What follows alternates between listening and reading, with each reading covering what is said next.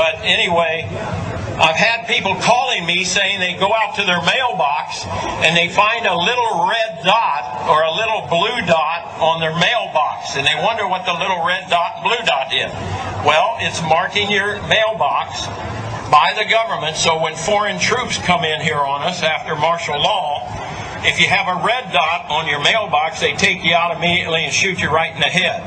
But if you have a blue dot, they take you to the FEMA camps being built by Halliburton right now to house 50 million Americans. They're building enough concentration camps in America by Halliburton that Cheney's getting rich off of, Vice President Cheney's getting rich off of, to put those with the blue dot on your mailbox in those concentration camps.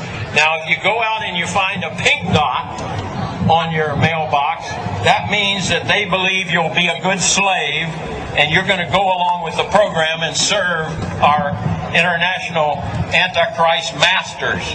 So watch for that dot.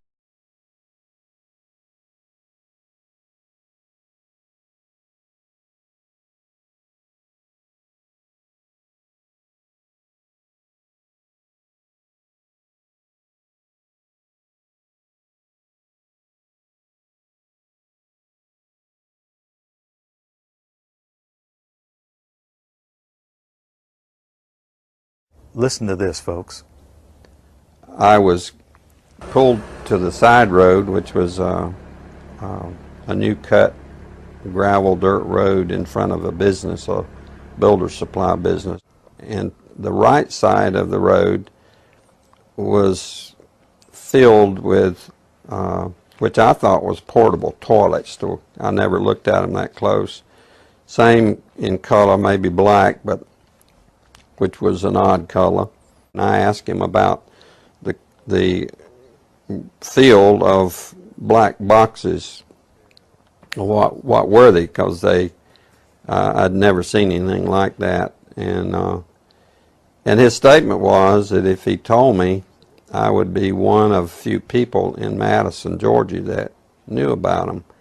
And he says they're disposable coffins, I believe he told me. And he says there's 100, at that time he said there was 125,000 there.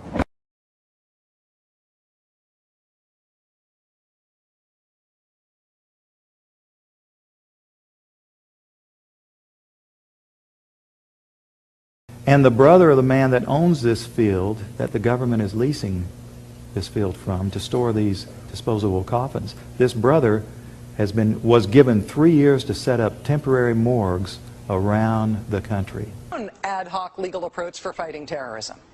President Obama today proposed something new, something called prolonged detention. Doesn't sound that bad, right? Prolonged detention. Did you ever see the movie Minority Report? It was based on a Philip K. Dick short story. Came out in 2002. It starred Tom Cruise, remember? He played a police officer in something called the Department of Pre-Crime. Pre-crime is where people are arrested and incarcerated to prevent crimes that they have not yet committed. Mr. Marks, by mandate of the District of Columbia Pre-Crime Division, I'm placing you under arrest for the future murder of Sarah Marks and Donald Dubinos. Take place today, April 22nd, at 0800 hours, 4 minutes. No, I didn't do anything. You didn't do anything, but you're gonna. Future murder. Creepy, right? Putting somebody in jail not for what they've done, but for what you're very sure they're going to do? There may be a number of people who cannot be prosecuted for past crimes. In some cases because evidence may be tainted, but who nonetheless pose a threat to the security of the United States. We're not prosecuting them for past crimes, but we need to keep them in prison because of our expectation of their future crimes. Al-Qaeda terrorists and their affiliates are at war with the United States, and those that we capture, like other prisoners of war, must be prevented from attacking us again. Prevented. We will incarcerate people. Incarceration. Indefinite detention without trial. That's what this is. Today, if you strip away the euphemisms. One civil liberties advocate told the New York Times today, quote, "We've known that this was on the horizon for many years, but we were able to hold it off with George Bush. The idea that we might find ourselves fighting with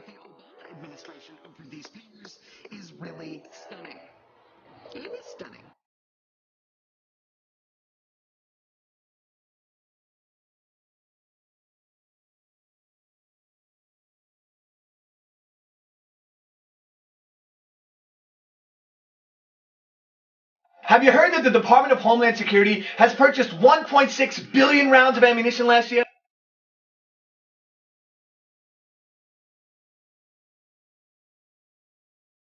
I mean, that's going to cost millions and millions of dollars. Correct me if I'm wrong, but isn't this country broke? I mean, you turn on the TV, you hear how we're laying off air traffic controllers, how people are going to die because of it. I mean, Harrison Ford is in a tizzy, and we're spending this much money on bullets? Do you know that 1.6 billion rounds of ammunition is enough to fight a 20-year war and still have bullets left over? My question is, who is the Department of Homeland Security planning to shoot? Do you realize that over the past couple of months, our government has tried to pass bills through Congress allowing them to arrest American citizens without due process, allowing them to kill American citizens without due process? And it's got the 5 regions for the FEMA camps, and it talks about barricades and barbed wire and armed guards, and it says that they built the camps and that now they need to get ready to staff them, and that they need to be ready within a 72-hour period. And so I want to challenge everybody to call their friends and their families now and realize that the new economy is to put tens of millions of people, we already have the biggest prison population in the world, in this archipelago, this giant chain of facilities all over the country. The following video details the contents of a Department of Defense document entitled Internment and Resettlement Operations, also known as FM 3-39.40. The document is 325 pages long and is signed by Joyce E. Morrow, Administrative Assistant to the Secretary of the Army. It was created in 2010, however, has just been recently leaked to the public via the internet and can now be downloaded from multiple sources. In the description below, you'll find a download link for the document. I strongly encourage you to download it yourself and to verify everything that's being said here. The document outlines military procedures for internment and resettlement of civilians, and it describes the layout and the administration of these internment camps. It clearly states on page 38 that it applies within U.S. territory, and it specifically addresses the detainment of U.S. citizens, as is indicated by the identification procedures for new prisoners on page 146, which states that social security numbers are to be recorded alongside their photograph and fingerprints. Included in the list of organizations which may be involved in these internment operations are the Department of Homeland Security, FEMA, the Department of Defense, and the United Nations. On page 56, the document outlines the responsibilities of psychological operations officers within the camps, among which it states that a PSYOP officer develops and executes indoctrination programs to reduce or remove antagonistic attitudes and identifies political activists. On page 281, the document goes into more detail regarding the role of psychological operations within the camps, specifically in regards to pacifying the population and ensuring cooperation. On page 238, it gives the conditions for the use of deadly force in such camps. Among the justifications for lethal force, it includes to terminate an active escape attempt. That point right there should make it clear that these camps are not benevolent disaster relief type facilities. On page 244, the document calls for the use of snipers during riots to, quote, scan a crowd and identify agitators and riot leaders for apprehension and fire lethal rounds if warranted. On page 260, it shows the basic layout for a facility focusing on detainment. It is depicted with interrogation areas, tribunal areas, and mortuaries. Each detainment facility is designed to hold 4,000 prisoners, and they are depicted with multiple levels of barbed wire separating compartments within the facilities, with a double barbed wire fence enclosing them, and watched over by 24 guard towers. On page 261, the document depicts the layout for what they call civilian resettlement facilities, which are designed to house 8,000 people. Though it uses the word resettlement, the plans show multiple levels of barbed wire dividing the sections of the facility, with double barbed wire fencing on the outside, as well as 16 guard towers. On page 262, the layout for facilities designed for what they call non-compliant prisoners is shown. These camps are designed to hold up to 300 prisoners, they have 3 interrogation centers, and are guarded by 13 guard towers. Now, if there's any question whether these plans are active or just theoretical, this should be settled by the fact that the U.S. Army has been running ads for job positions in these camps since 2009, and apparently, they're still hiring. Once again, if you look in the description, you'll find all the links you need to verify this information. It's important to note here that this document was created in 2010, which was under the Obama administration, and it predates the NDAA of 2012, which authorized military detainment of U.S. citizens. This clearly shows a long-term agenda at work.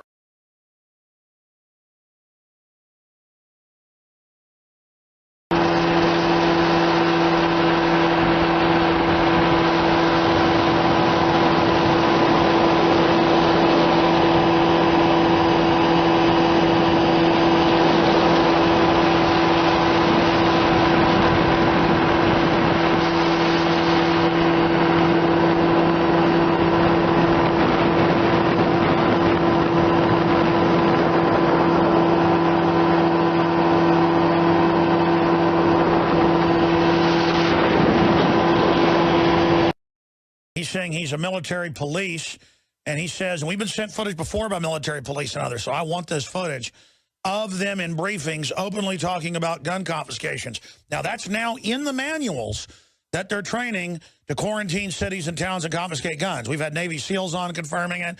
We have the documents. We know that. But footage, not just in some Army manual, but footage could really, really hurt the folks that are trying to covertly prepare the military for basically civil war. Brian, obviously, you've got to go back in right now. Tell us as much as you can and how we get this footage, but describe it for us. Okay, so I was in a briefing with FEMA. FEMA runs my old unit. I'm actually out now. I got out in September of this year. They were talking about suspension of the Constitution, Second and Fourth Amendment rights being taken away, and I openly asked him, are we going to take guns? He says no, but he says they will. It's clearly on the video. They will, talking about the FEMA guys with us. So that's the gist of the video. You could, I'm filming the floor because it kind of startled me when they said that they're going to suspend the Constitution under martial law, which is pretty scary to me.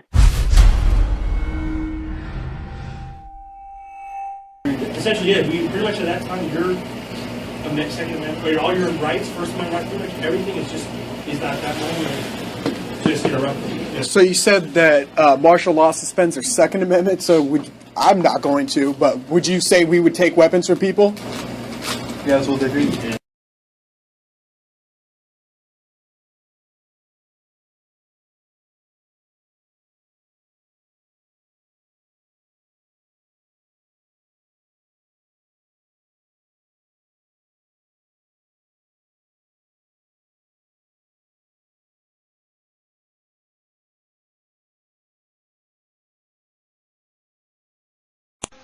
As a psychiatrist, I remember very well the condemnation by the American Psychiatric Association of Soviet psychiatrists and the Soviet Union for their use of psychiatric techniques and psychiatric medications to control political dissidents. Sadly, shockingly, we in the United States have become those same oppressors. We now have a policy as exemplified by the FBI brochure from the Phoenix Office on Counterterrorism, which says people who are defenders of the U.S. Constitution against federal government and the UN, and make numerous references to the U.S. Constitution, should be monitored as potentially murderous and fanatical terrorists. By extension, should be considered mentally unstable. Under the new Freedom Commission, mentally unstable people must be medicated on a compulsory basis with lethal and untested but very profitable psychiatric medications.